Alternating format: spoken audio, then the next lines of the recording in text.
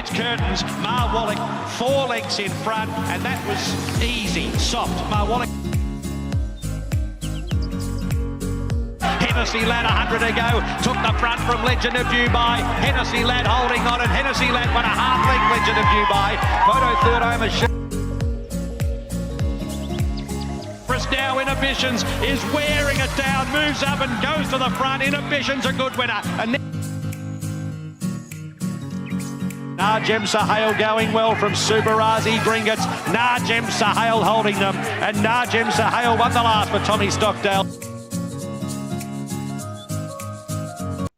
Welcome back to the channel, everybody, for Group 1 Memsie Stakes Day. The spring is here, and what a day we're in for, with a lot of good horses coming back in the feature. I Wish I Win, Brightside, Blood. Can't wait to watch them wage war. But we have a couple of races to get through before that, and one after that. So let's see if we can get into the preview and find some winners off what has been a really good run of form at the moment, having 6 winners at Caulfield 2 weeks ago and 4 winners at the Valley last Saturday. So I'm hoping for a good day on Saturday, and I'm really, really confident it's going to happen, because back to Caulfield should be a fair track, and hopefully quite a few winners. So let's get into the preview and find them. Race number 1 at Caulfield is a benchmark 70 handicap over the mile, and I've got a $26 shot on top in the first. Would you believe it? Being First Light for Chris Waller, drawn the barrier number 10 to get an economical run for John McNeil with the big weight of 61 kilos, but deserves to carry the weight because over its last couple of runs in Sydney prior to its spell, it had been running in some 78s, and I thought was running quite well over the extended trip of 2,000 and 1,800. 1,500 prior to that in the 72 was good, running third with the big weight of 60.5. So I think it has the runs on the board. While it changes it up, he brings it south for its first up run and books McNeil, and I think it'll be. I'm not confident it'll be winning, but at $26 in an open race, I'm happy to have it on top. Tokenist, I thought, could run well for second. Blazero, the class runner in the race, and Bo Wrapped flying for fourth. But 7 each way on First Light is how I'm going to play the first at Caulfield. $26 for First Light. Race number 2 at Caulfield is a benchmark 78 handicap over the 1,400 metres, and I cannot see how they're going to beat Shorten Lane here. It's been effective in 3 runs in Australia, winning 2 of them, and was good from the back at its other run, running 4th. Barrier number 3 here likely gets back, but will be charging over the top of them, and has a mile of class on these here, and I just can't see how they're going to beat it. I'm happy to have it quite clearly on top. Presser for second, I thought, was running well, did run third behind Braden Star and Hennessy Lad. Hennessy Lad won last Saturday, and Braden Star ran third, so he's in. Has good form in front of it. Reinberg likely gets out and runs from barrier number 1, and has won over the last 2 starts. Doing that by leading, and McTube I thought could run well at $40, but Shorten Lane for mine. Race 2 Caulfield, can't see how they're going to beat it. 25 for the win. Race number 3 at Caulfield is a benchmark 84 for the mares over 1,400 metres, and I've got Nunthorpe on top. 5 starts, 2 wins, and 2 minor placings.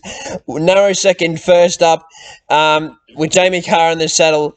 And just condition gave way that day over the 1,300 metres, up in distance here. And sorry, it was Carleen Heatherlie who rode it first up. Jamie Carr takes over here with a significant drop in weight. I think can run really, really well here. 7 kilos it drops in weight. BL Bay won last start at Caulfield, leading, though could go to Wyong tomorrow. Ballet Riche I thought was needing at least one more run before I could dive into it. And Yellow Sam can run well, ever so consistent for Lindsay Smith and Dean, but Nunthorpe for mine. She'll prove her worth here in the class she has. 30 the win. Race 3 Caulfield.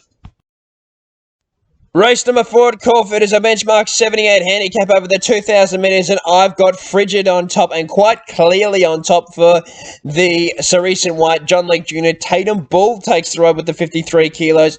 Was a good winner last start on a Wirramoo pin, and now drops significantly in weight from barrier number 5, and I think will get an economical run and can lead. Steps right up in grade, though. dropped significantly in weight from the 57.5, winning a 70 over the 1800 last start. It's favourite for a reason, and I can see quite clearly why. I think it's clearly the one to beat. Queen Takes King is the one that interests me for second. Jamie Carr Eustace, I think, can run well, but Queries doesn't need one more and further. Pitching on ever so consistent, just finding it hard to win. And Thorin, I thought could run well, but 40 the win on Frigid is how I'm going to play race 4 at Caulfield. Race number 5 at Caulfield is the Group 3 H.D.F McNeil Stakes over the 1200 metres. And I thought any one of my top 3 selections could win when I originally did the form. I spent half an hour doing the form for just this race, and I'm now very confident on V8. He's only had the 3 runs, winning its maiden dominantly, winning the size, and then just didn't handle the track in Sydney and the size. But she was still good enough to run 4th at Group 1 level, and I just don't think that we've seen the best of him, and he'll explode here and just be too good for them. Legacies for second, 2 from 2. Moody, Coleman, and Carr, I think, can run really well.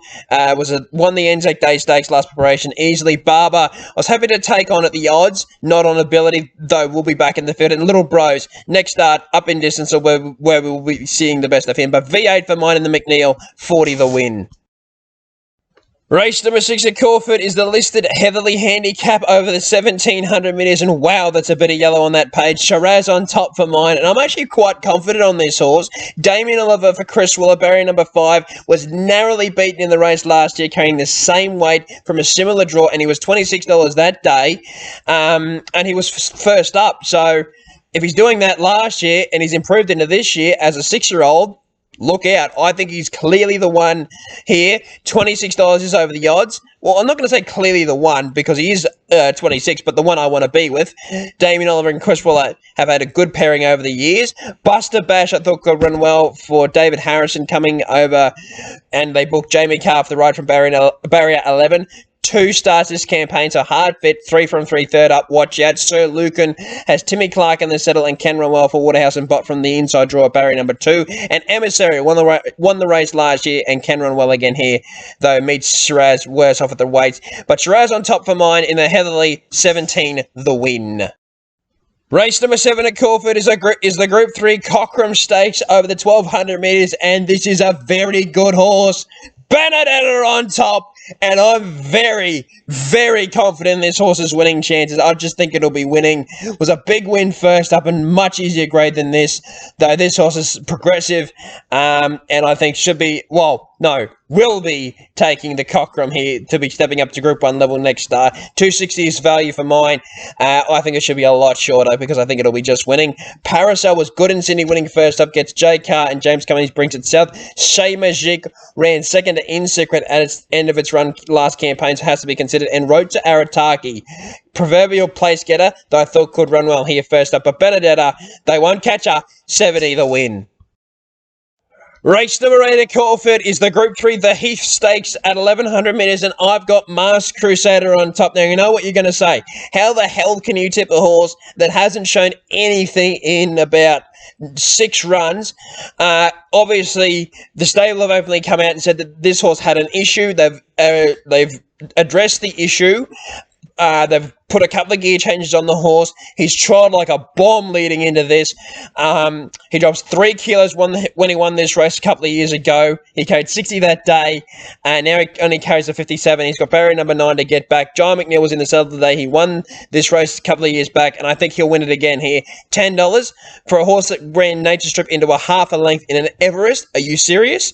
As for a very good horse, Group 1 aims this spring. First up, the only query. Sai comes through the winter racing and is hard fit and can run well for Carleen Heffel and Ashford Street. $41 off 2 impressive runs this campaign. No way in the world. 30 the win, Masked Crusader for mine, and 10 the place at Ashford Street in the Group 3, the Heath Stakes. Race number 9 at Caulfield. It's the big one. It's the Group 1 Memsie Stakes over 1400 metres, and I've got Alligator Blood on top. Everybody knows how much I like this horse, and this is not a biased selection whatsoever. I genuinely think this horse is the one to beat here. First up, he had absolutely no luck in this race last year, was shut out for a run, and arguably would have finished a bit closer, where Damien Oliver had the ride. Not anything against the ride, but just had no luck.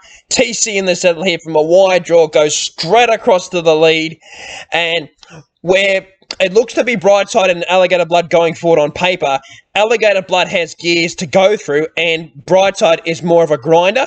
And where Alligator Blood will be building through his gears, he'll leave Brightside in his wake. So Alligator Blood on top, Brightside a clear second. Princess Grace coming out of the wings in Sydney, I thought could remember. And Duke de Sessa comes out of the Doncaster. It's only run in Australia, and at $23, I thought it was over the odds. But Alligator Blood for the Memsie for mine, 50 the win.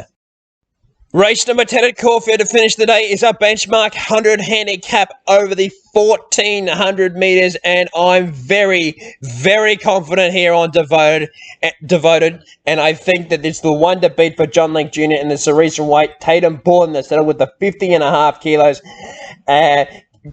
Carried 61 at a benchmark 84 first up, and was narrowly beaten by Amenable, who goes to the Memsie. I just don't think that they'll beat this horse, and it's clearly the one to beat. Kalino for second does have the SF Sydney form, though is under the odds for mine. Last up was extremely disappointing.